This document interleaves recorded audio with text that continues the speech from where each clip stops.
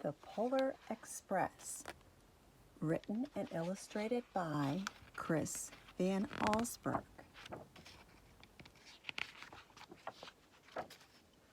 On Christmas Eve many years ago, I lay quietly in my bed. I did not rustle the sheets. I breathed slowly and silently. I was listening for a sound a friend had told me I'd never hear. The ringing bells of Santa's sleigh. "There's no Santa," my friend had insisted, but I knew he was wrong. Late that night, I did hear sounds, though not of ringing bells. From outside came the sounds of hissing steam and squeaking metal. I looked through my window and saw a train standing perfectly still in front of my house. It was wrapped in an apron of steam. Snowflakes fell lightly around it. A conductor stood at the open door of one of the cars. He took a large pocket watch from his vest, then looked up at my window. I put on my slippers and my robe, and I tiptoed downstairs and out the door. "All aboard!" the conductor cried out. I ran up to him. "Well, are you coming?" "Where?" I asked. "Why, to the North Pole, of course," was his answer.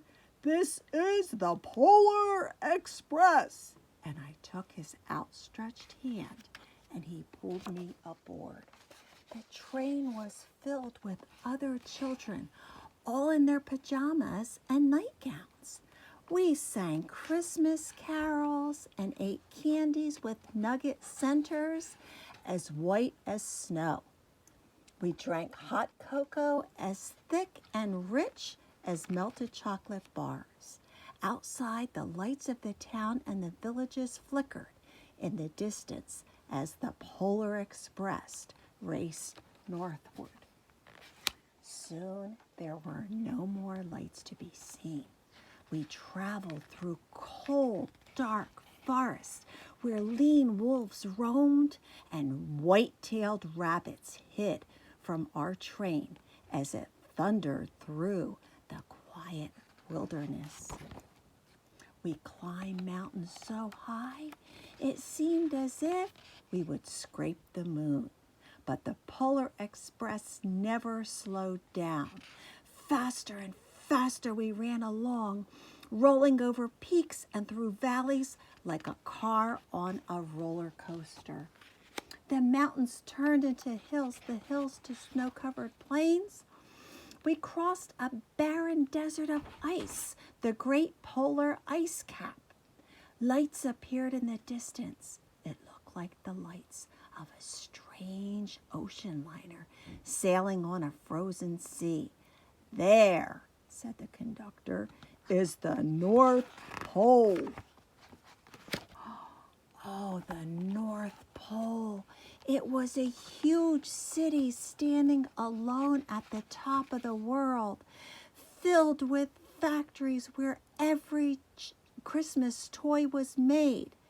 At first we saw no elves. "They are gathering at the center of the city," the conductor told us. "That is where Santa will give the first gift of Christmas." "Who receives the first gift?" we all asked. The conductor answered, "He will choose one of you." "Look!" shouted one of the children. "The elves!" Outside we saw hundreds of elves. As our train drew closer to the center of the North Pole, we slowed to a crawl. So crowded were the streets with Santa's helpers. When the Polar Express could go no farther, we stopped and the conductor led us outside. We pressed through the crowd to the edge of a large open circle. In front of us stood Santa's sleigh. The reindeer were so excited. They pranced and they paced, ringing the silver bells that hung from their harness like it was It was a magical sound, nothing like I had ever heard.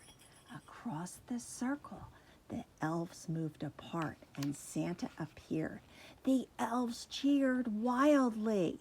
He marched over to us and, pointing to me, said, "Let's have this fellow here." And he jumped into his sleigh.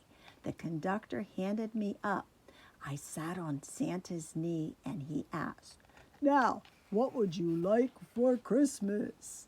If I knew, I knew that I could have any gift I could imagine, but the one thing I wanted the most for Christmas was not inside Santa's giant bag.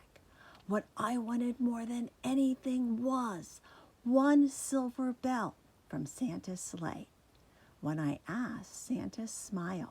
Then he gave me a hug and told an elf to cut a bell from the reindeer's harness. The elf tossed it up to Santa. He stood holding the bell high above him and called out, "The first gift of Christmas." A clock struck midnight as the elves roared their approval. Santa handed the bell to me and I put it in my bathrobe pocket. The conductor helped me down from the sleigh. Santa shouted out the reindeers' names and cracked his whip, and his team charged forward and climbed high into the air. Santa circled once above us, then disappeared in the cold, dark polar sky. As soon as we were back inside the Polar Express, the other children asked to see my bell. I reached into my pocket, but the only thing I felt was a hole. I had lost the silver bell from Santa's sleigh. "Let's hurry outside and look for it," one of the children said. But the train gave a sudden lurch and started moving. We were on our way home.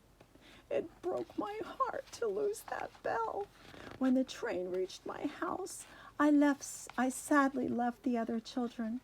I stood at my doorway and waved goodbye. The conductor said something from the moving train, but I couldn't hear him.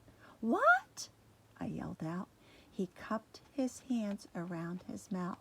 "Merry Christmas!" he shouted. The Polar Express let out a loud blast from its whistle and sped away. On Christmas morning, my little sister Sarah and I opened our presents. When it looked as if everything had been unwrapped, Sarah found one last small box behind the tree. It had my name on it. Inside was the silver bell.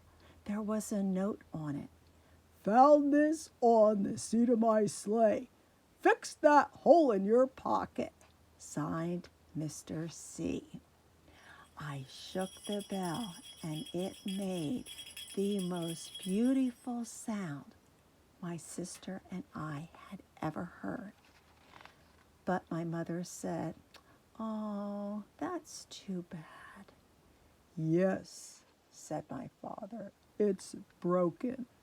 When I had shaken the bell, my parents had not heard a sound.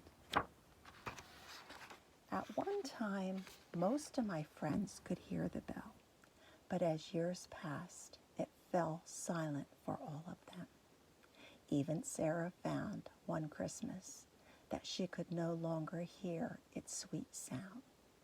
Though I've grown old, the bell still rings for me, as it does in all who truly believe. One of my favorite Christmas stories. I hope you enjoyed it too.